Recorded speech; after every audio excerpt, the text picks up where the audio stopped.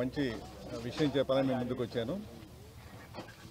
నేను 20,000 ఆపరేషన్లు చేసిన ఒక మంచి సర్జన్గా, ఒక డాక్టర్గా ఎంతోమంది బాధలను చూశాను. వాళ్ళ బాధలను నయం చేసి ఇంటికి పంపించేటప్పుడు నాకు ఎంతో సంతోషం అనిపించేది.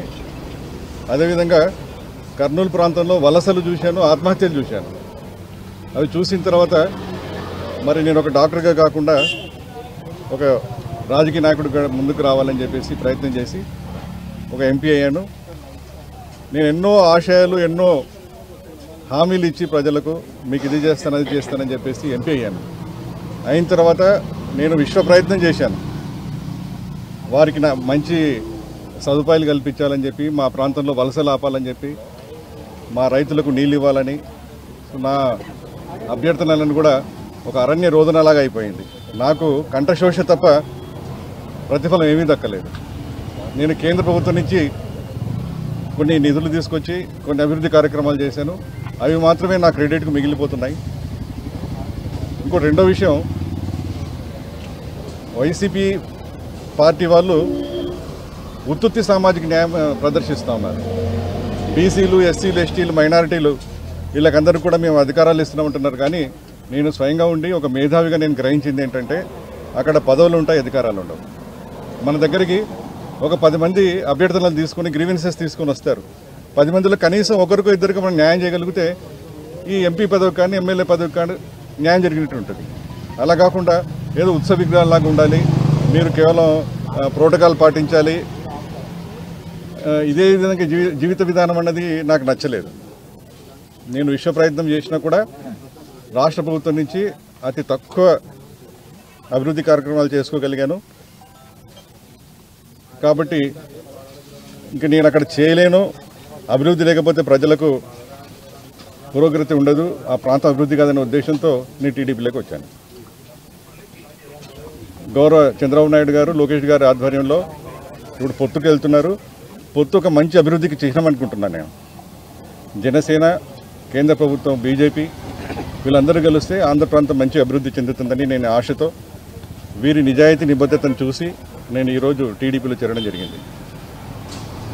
ముఖ్యంగా కర్నూలు ప్రాంతంలో ఉన్న సమస్యల గురించి నేను నారా చంద్రబాబు నాయుడు గారికి అన్ని వివరించాను. మేము తప్పకుండా దాని మీద కాన్సన్ట్రేట్ చేస్తాము. గత వచ్చే 5 సంవత్సరాల్లో తప్పకుండా ఇవన్నీ కూడా మేము నెరవేరుస్తాము.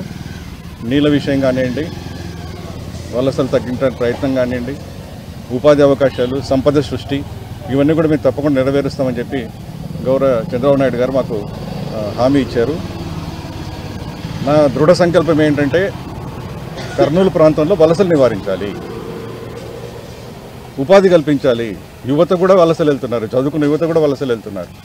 సో యువతకు ఉపాధి చూపించాలి, వలసలు వెళ్తున్న రైతులకు ఉపాధి చూపించాలి. మేము సంవత్సరానికి ఒక పంట పండించుకోవడం మాకు గగనం అయిపోతామండి. మాకు 50 టీఎంసీ నీళ్లు తుంగభద్రలో పారుతున్నా కూడా మేము వాటిని నిల్వ ఉంచుకునే పరిస్థితి లేదు. కాబట్టి మా దగ్గర దారిద్ర్యం ఎక్కువ, వలసలు ఎక్కువ. మా కర్నూలు ప్రాంతం అంతా కూడా ఒక నల్ల ఎడారిలాగా కనిపిస్తామండి. అందరూ అనుకుంటారు అది ఎత్తైన ప్రాంతం, వర్షం చాలా తక్కువ ఉంటుంది కాబట్టి అక్కడ నీళ్లు లేవనుకుంటారు. కానీ తప్పు, శుద్ధ తప్పు. మాకు 50 టీఎంసీల నీరు మా ప్రాంతంలో పారుతుంది తుంగభద్ర నదిలో. కోడుమూరులో పెద్ద పెద్ద మహానుభావులు అక్కడ రాజ్యం వెళ్ళినారు, కానీ ఇంతవరకు కూడా తాగే నీళ్లు లేవు. నేను పులకర్తి లిఫ్ట్ ఇరిగేషన్ స్కీమ్ అంతా డిపిఆర్ తయారు చేసేసి ముఖ్యమంత్రి గారికి హ్యాండ్ ఓవర్ చేసి రెడీ టు జీవో కూడా రిలీజ్ అయింది, కానీ పనులు లేవు. ఎందుకంటే నిధులు లేవు. సో మనం ఒక చిన్న గ్రామానికి, ఒక 40,000 జనాభా ఉన్న ఒక గ్రామానికి లేకపోతే ఒక పట్టణానికి త్రాగే నీళ్ళు ఇవ్వలేకపోతే, గత 10 సంవత్సరాల నుంచి హామీలు ఇస్తుంటే కూడా కేవలం 100 కోట్ల రూపాయలతో మనం అభివృద్ధి కార్యక్రమం చేయలేకపోతే, తాగే నీళ్ళు ఇవ్వలేకపోతే ఇంకా రాజకీయాలు ఎందుకు అనిపించింది. మా కర్నూలు నగరం 2 నదుల మధ్యలో ఉన్నది. తుంగభద్ర, హంద్రి ఒక సంగమేశ్వరం లాగా ఉంటుంది. ఇవి వెళ్ళి కృష్ణలో కలుస్తాయి. ఈ సంగమేశ్వరం ఈ ఏరియాలో కూడా మాకు తాగే నీళ్లు లేవని చెప్తే ఎంత క్లిష్ట పరిస్థితులు ఉందో మీకు అర్థమవుతామండి. మరి నేను విశ్వ ప్రయత్నం చేశాను, ఎన్నో దఫాలు ప్రయత్నం చేసి మెమరాండమ్స్ ఇచ్చాను. కానీ మాకు అక్కడ పరిస్థితి ఏంటంటే అపాయింట్మెంట్స్ ఉండవు. ఎంపీలకు, ఎమ్మెల్యేలకు అపాయింట్మెంట్సే ఉండవు. కొన్ని వర్గాలకు మాత్రం ఉంటాయి. నాకు పర్టికులర్గా కేవలం 2 సార్లు అపాయింట్మెంట్ దొరికింది. అంటే ఫేస్ టు ఫేస్ కూర్చొని మాట్లాడుకోగలిగాను. ఒకసారి అభివృద్ధి కార్యక్రమాల గురించి మొత్తం ఒక బుక్లెట్ తయారు చేసి గౌరవ ముఖ్యమంత్రి గారికి ఇచ్చాను. రెండవసారి గంజి చిరంజీవిని పార్టీలో చేర్పించినప్పుడు నన్ను పిలిచారు. వాళ్ళు ఏ మాటలు చెప్పమన్నారో అది వచ్చి నేను మీడియా ముందు చెప్పాను. అంతకు తప్పి నేను ఎప్పుడు కూడా మాకు నియోజకవర్గం గురించి ముఖ్యమంత్రి గారితో కలిసే అవకాశం నాకు రాలేదు. నాకు చాలా అంటే ఈరోజు టికెట్ గురించి డిస్కషన్ జరగలేదు. నేను వితౌట్ ఎనీ కండిషన్స్ మీ పార్టీలో వస్తున్నాను సార్ అని చెప్పాను. అవకాశం ఉంటే తప్పకుండా మీకు ఏదో ఒకటి ఏర్పాటు చేస్తామన్నారు. మరి నాకు కేవలం పదవే కాదు, ఒక అభివృద్ధి చేసే పార్టీలో ఉంటే ఏదో విధంగా నాకు అవకాశం వస్తుంది, నా ప్రాంతాన్ని అభివృద్ధి చేసుకుని కృషి చేస్తానని చెప్పి పెద్ద ఆయనకు చెప్పడం జరిగింది. జిల్లాల పరిస్థితి ఎలా ఉందండి? పొలిటికల్ 90% టీడీపీ వచ్చే అవకాశం ఉందని చెప్పి నా వ్యక్తిగత అభిప్రాయం. ఎందుకంటే మేము క్షేత్రస్థాయిలో గ్రామీణ స్థాయిలో కూడా మాకు చాలా పరిచయాలు ఉంటాయి. వాళ్ళు చెప్పడం ఏంటంటే అన్న పథకాలు ఉన్నాయి కానీ కేవలం 2,000 3,000తో మా జీవితం సాగదు కదా, ఒక కుటుంబం నడవాలంటే కనీసం 10,000 కావాలి అన్నారు. ఇంకోటి వాళ్ళు అడిగిన ఒకటే ఒక ప్రశ్న, అన్న మీరు ఎన్ని పథకాలు ఇస్తున్నా వలస లాగలేదు ఎందుకన్నా అంటున్నారు. మా ప్రాంతం నుంచి ప్రతి సంవత్సరం 2,50,000 మంది బయటికి వెళ్తారు. 2,000 3,000 ఇవ్వడం వల్ల, పథకాలు ఇవ్వడం వల్ల వలస లాగడం లేదు. అది కేవలం ఒక ఉపశమనంగా జరుగుతూ ఉంది. ప్రజలే చెప్తా ఉన్నారు, ఎవరైతే పథకాలు తీసుకుంటున్నారో వాళ్ళే అంటున్నారు ఉదయం వస్తున్నాయన్నా సాయంత్రం కింద జేబులు ఖాళీ అయిపోతున్నాయి అని చెప్పి ఇది అందరికీ తెలిసినదే. వాళ్ళు నేను స్వయంగా కూడా విన్నాను. కాబట్టి అక్కడ కర్నూలు ప్రాంతంలో మా 7 నియోజకవర్గాల్లో కూడా నాకు తెలిసి 7 టీడీపీ గెలిచే అవకాశం ఉందని చెప్పి నేను భావిస్తున్నాను. సో యువతకు కూడా చాలా ఉపాధి అవసరం అక్కడ. మీరు ఇంకోటి ఆశ్చర్యకరమైన విషయం చెప్తాను, మొత్తం మన life expectancy 70 or more than 70 ఉంది ఇండియాలో. కానీ మా ప్రాంతంలో లైఫ్ ఎక్స్పెక్టెన్సీ అంటే ఆయురార్థం కేవలం 68 సంవత్సరాలే. అంటే మా ప్రాంతంలో 2 సంవత్సరాల ముందే చనిపోతున్నారు ప్రజలు. దీనికి అనేక కారణాలు ఉన్నాయి. పేదరికం, అక్కడ రేడియేషన్ ఎక్కువ ఉంది. మాకు సుమారు 75 గ్రామాల్లో ఫ్లోరైడ్ ఉంది.